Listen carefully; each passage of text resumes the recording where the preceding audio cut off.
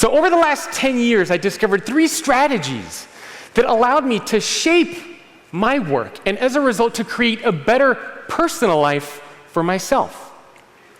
First is you cannot rely on educational institutions or on companies to teach you everything you need to know about personal or professional development. You have to become a perpetual learner. You must learn how to learn. This is perhaps the most important skill that you can possess, and it's taking control over what that looks like. My family's from the Republic of Georgia.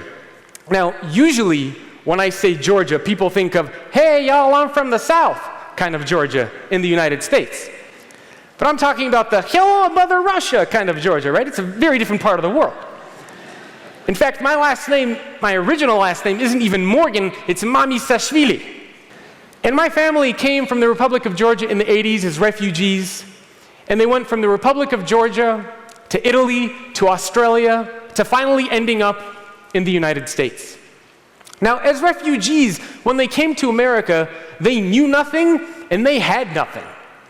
My dad learned how to speak English by watching a popular talk show, the Johnny Carson Show, with an English to Russian translation dictionary so that he could understand the words that Johnny Carson was saying. Right? That is the ultimate perpetual learner, and this is before the days of Google. This is before we had access to all of these amazing tools and resources at our disposal. But being a perpetual learner also means paying attention to the tangential. Now, how many of you have had this happen? You're in conversation with somebody, and at some point during the conversation, the other person says, I am so heads down. But the problem with saying that you're so heads down is that you miss everything else that's happening in the world. It's no longer good enough to be heads down. You need to be heads up. You need to be heads side to side, and you even need to be heads behind you.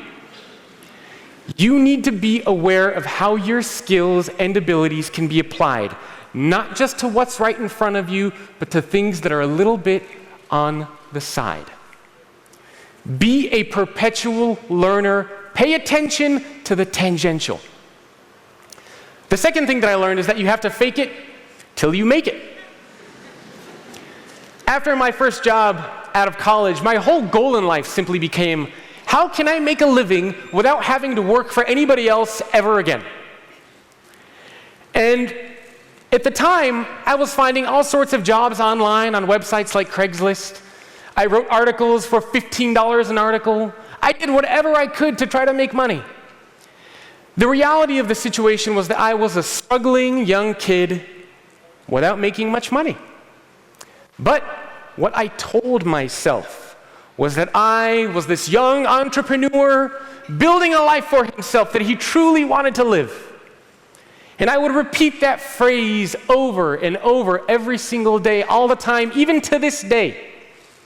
What you believe and what you tell yourself matters, because it will guide your behaviors, it will guide your actions, and it will guide how you feel about yourself.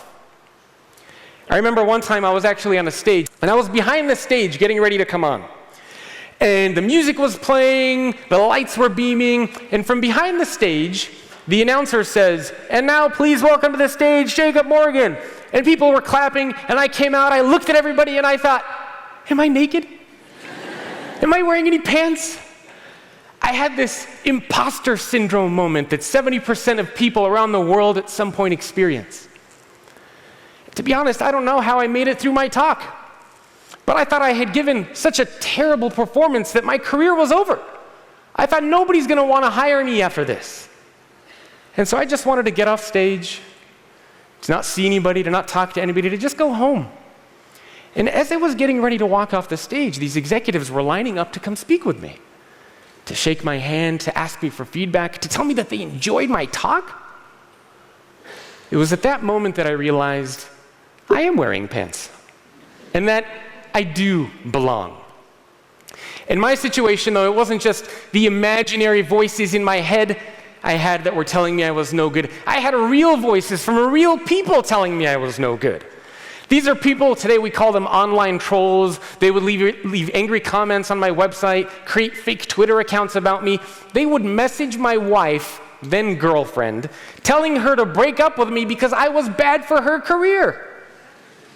You can imagine how angry they are now that we're actually married. And for months, I would let these people make me feel bad. And for months after that, I would argue and fight and debate with all of them. And then finally I realized nobody knows who these people are. And perhaps more importantly, nobody cares. Whether you are dealing with imaginary voices in your head telling you that you're no good, or real voices that are telling you you're no good, you have to remember to be optimistic. You're a beast. What you tell yourself matters. It will guide your behaviors, your actions, and how you feel. And you can think of yourself as the struggling young kid without any money, or you can think of yourself as the young entrepreneur wanting to build a life for themselves that they truly want to live. It's a choice. It's how you think. Fake it till you make it. The last thing that I learned is perhaps the most controversial, and that is don't follow your passion. Bring your passion with you. Follow your passion is one of the biggest business platitudes we keep hearing about. We're always told to follow our passions. But the problem with that is, first, it assumes that passion lives outside of you and that you need to go chase it. Second, it assumes that passion is one static thing, right? Here's your passion, go get it. But as you grow, as you experience different things, as you become good at different things, your passion is going to change. And lastly, most of us can't even figure out our passion before we choose what to pursue. I was never passionate about the future of work or employee experience or speaking or doing any of the stuff that I'm doing.